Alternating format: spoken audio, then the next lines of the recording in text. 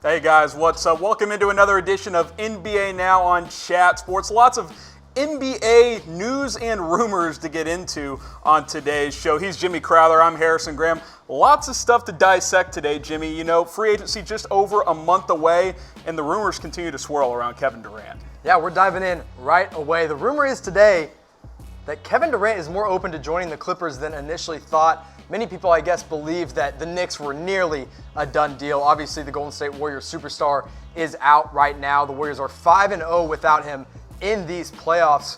Harrison, Clippers? What do you think? Well, when Mark Stein says something, I believe it because he's one of the best, well-connected people in NBA circles. If he's throwing out there that the Clippers have just as good of a chance to land Durant as the Knicks do, I believe it. The Clippers got $60 million in cap space. The more you look at this, regardless of it's the Knicks, the Clippers, somewhere else, the more it feels like he's leaving Golden State. They're 5-0 without him these playoffs. They're more fun to watch without him. I think Absolutely. He wants to go somewhere where he can lead a team on his own again and be that primary guy, and that's just not going to ever be the case in Golden State. It's always going to be Steph Curry's team. I mean, obviously, Durant's had another big season for Golden State, 26 points, 6.5 boards. His assist numbers continue to rise year in and year out, but you just get that sense that it's time for Durant to move on, and the Clippers could be a good fit for him. Yeah, and they have a young pieces. I don't think anybody expected them to compete the way that they did this year, but you see what they have on the court potentially by adding Kevin Durant. You got Shai Gilgeous-Alexander, who just made the All-Rookie second team, had an outstanding year.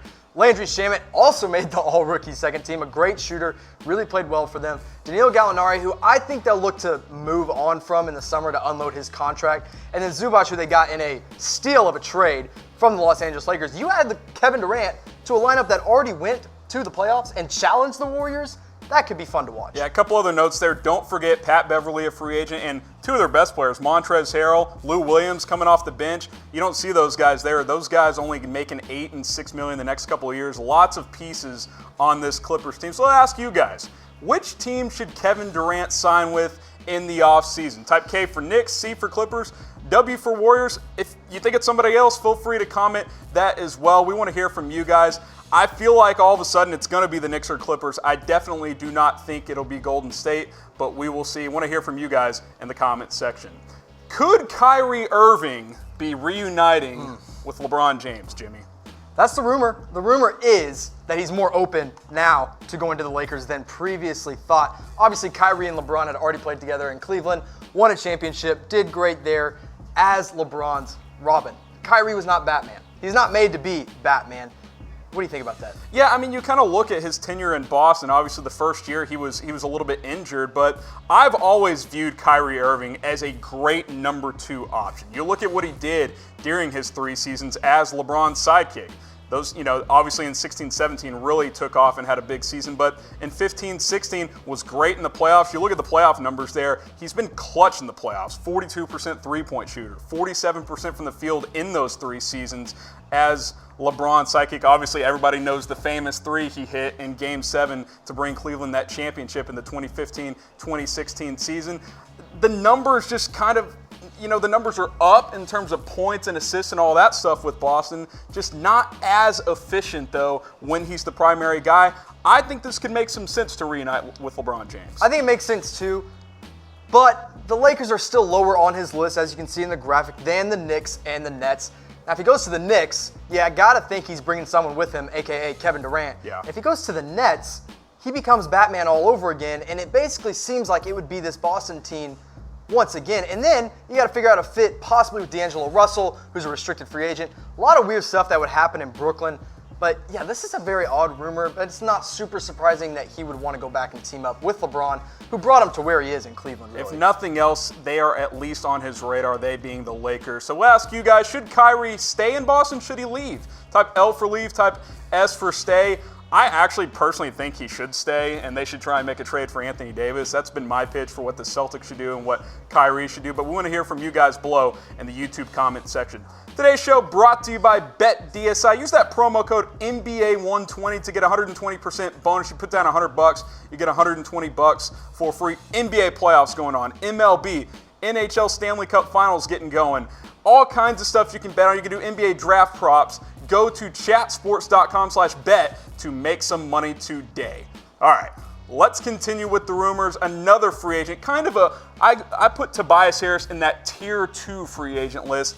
Lots of teams reportedly interested in his services. Yeah, absolutely. Of course, Philadelphia wants to bring him back. They have him and Jimmy Butler, 2 marquee guys that are going to be entering free agency. But then you got teams on his tail like the Nets, the Kings, Pacers, Mavs. Jazz are the teams that just reported to pursue him, but there could be a handful of teams outside of those teams that want Tobias Harris. Now, he values a winning culture. He values loyalty, so he wants to see the 76ers be loyal to him before he decides whether or not he's going to return to Philly again.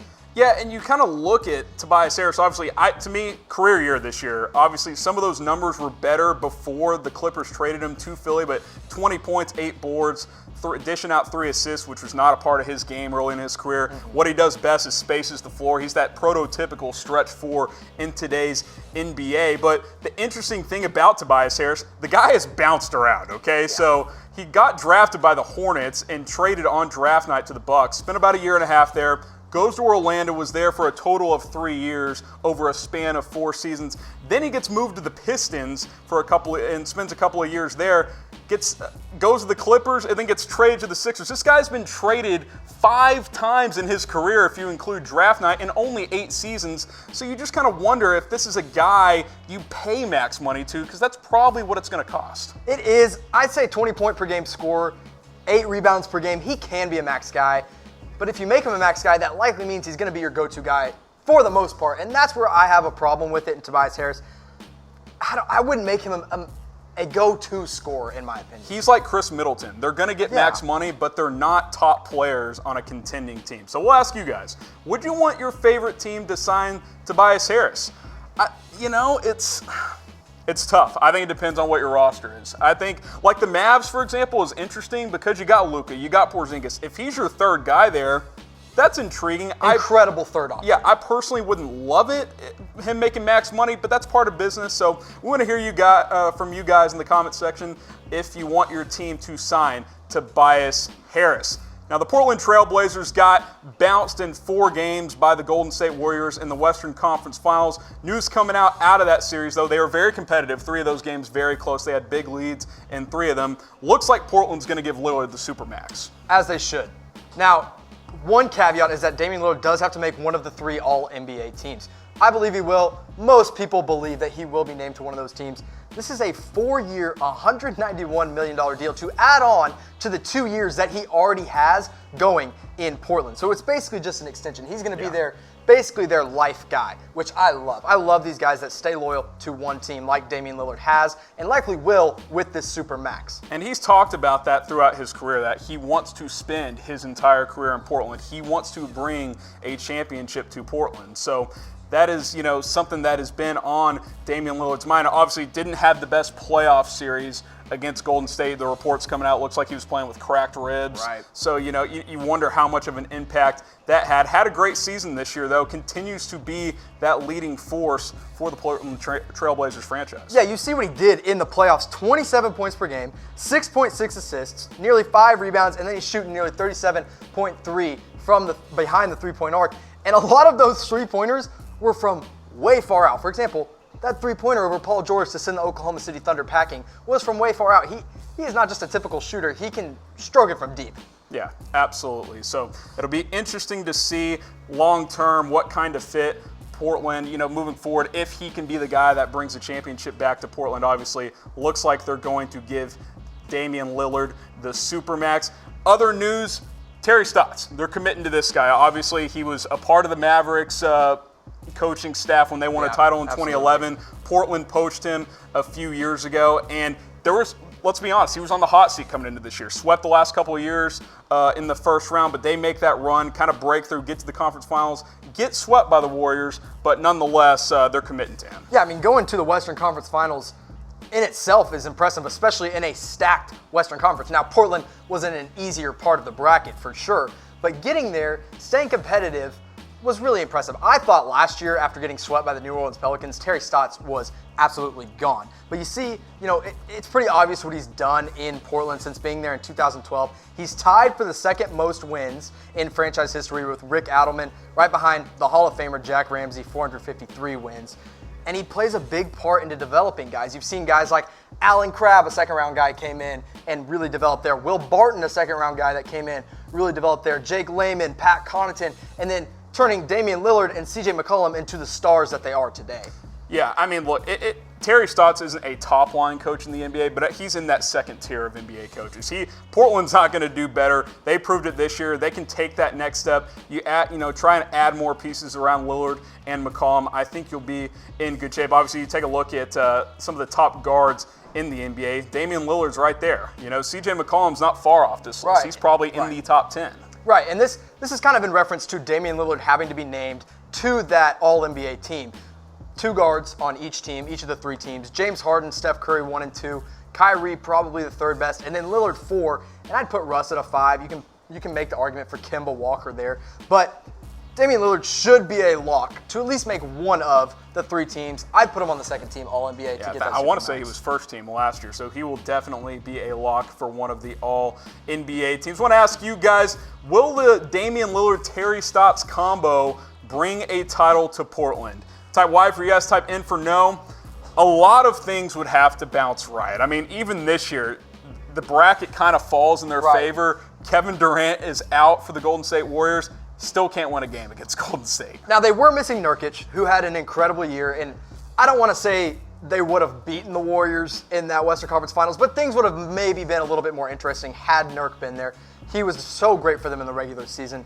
But in all reality, if Kevin Durant leaves the Warriors, who's the second best team in the West? I mean, Portland, it's wide open, and Portland would have a chance to get up there and maybe make another run at the Western Conference Finals. So again, type Y for yes, type N for no if you think that Lillard and Stotts can bring a title to Portland. It's award season, Jimmy. It sure is. And the all-rookie and all-defensive teams have been announced. You see the first team all-rookies are Trae Young, Luka Doncic, Marvin Bagley III, Jaren Jackson Jr., DeAndre Ayton. If those names look familiar, that's the top 5 picks in last year's NBA draft. I mean, it worked out perfectly. It's hard to say any team made a mistake. If you're asking me, which you guys are tuned in, obviously you're asking me these questions, Luka Doncic should have been the number 1 pick, but that's not the point. The top 5 picks, they got them right either way. And really, I'll say this, Jaren Jackson Jr. really surprised me. I was really low on him coming into the draft, and before he got injured, he was having a great season for the Grizzlies, which is why he's first team all-rookie. Yeah, should be a good player for the Grizzlies for a while. You look at the second team, of course, some gems found in this group. Shai Gilgeous-Alexander had a nice little year for the Clippers. I think Colin Sexton's going to be a nice player in Cleveland. Kevin Huerter, a nice kind of sidekick type of player for Trae Young there. Then you got Landry Shamet, who was just kind of a throw-in in that trade for Tobias Harris. I think the Clippers, when it's all said and done, may have won that deal, clearing out the cap space as well. Then, of course, Mitchell Robinson for the Knicks, one of the few bright spots up in New York this year. Yeah, and even another bright spot for the Knicks, Alonzo Trier, undrafted rookie, could have also made an argument for the all-rookie second team. Kevin Knox was really close in the voting to make an all-rookie second team. So, with the young pieces in New York, let's say they swing and miss on these big guys. You still got Knox, you still got Robinson, you still got Trier, and then guys like Dennis Smith Jr., they got some nice young pieces in New York regardless. Yeah, absolutely. Then, of course, the all-defensive teams. You look at the first team, Eric Bledsoe, I'll be honest, I didn't even know he was considered a premier defensive guard, but there he is. Marcus Smart, he's obviously that feisty defender for the Celtics. Paul George, Giannis, and then, of course, Rudy Gobert, who is, I believe, up for Defensive Player of the Year again. As he should be. Rudy Gobert is, if you see him in the paint, you're not going to drive. You get scared to drive on Rudy Gobert for sure. Absolutely. Second team here, you got Drew Holiday, Klay Thompson, Kawhi Leonard, Draymond Green, and Joel Embiid. It's a low. Call me crazy. The second team almost looks better than the first. I mean, as an all-around team, I would take this second team over the first team. No doubt about with that. With Kawhi, Draymond, Joel. That's an all-star team right there. Klay and Drew Holiday. That's incredible for a second team. The fact that we see what Kawhi Leonard's doing in these NBA playoffs, and he's on the second all-defensive team, that says a lot.